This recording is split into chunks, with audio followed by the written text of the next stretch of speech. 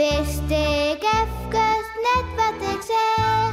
Daar doen een beer op Schiermonnikoog. Beer boeloe, boeloe de beer.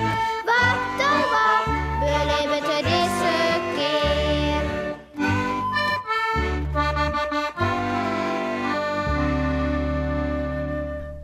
Stwarm.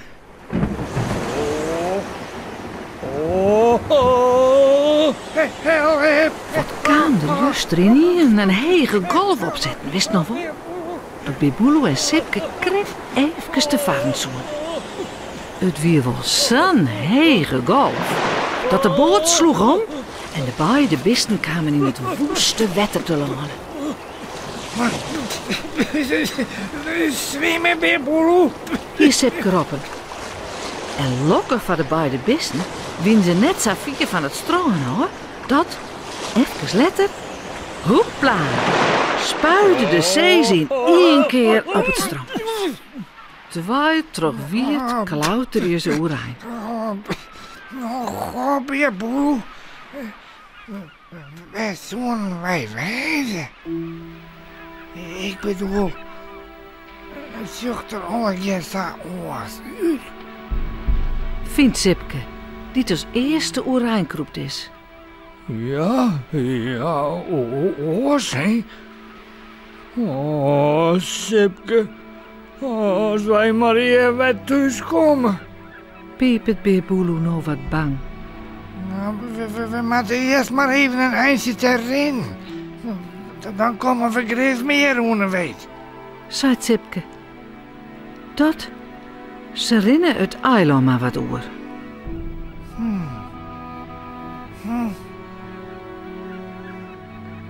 Hier?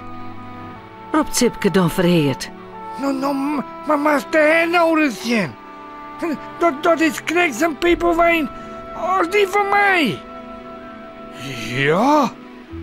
Beer Boelo vindt het heel apart.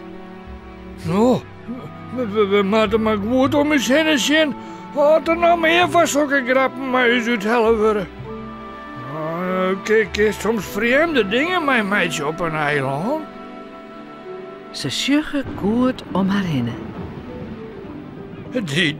Die kat er. Dat is krijg Jannie de Poes. Nou, maar de gekheid net grut. Dit is nou. Sipke vindt het tegen nieuwsgierig. Oh ja, het lijkt er precies op. Miauw, ja, wat meer je hem nou heel nou?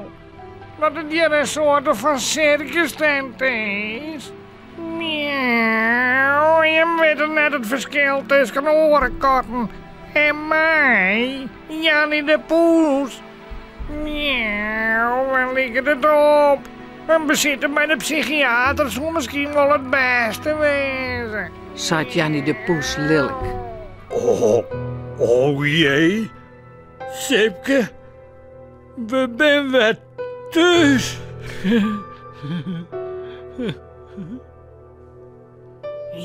Ja, Beer Boelo, ik geloof het ik.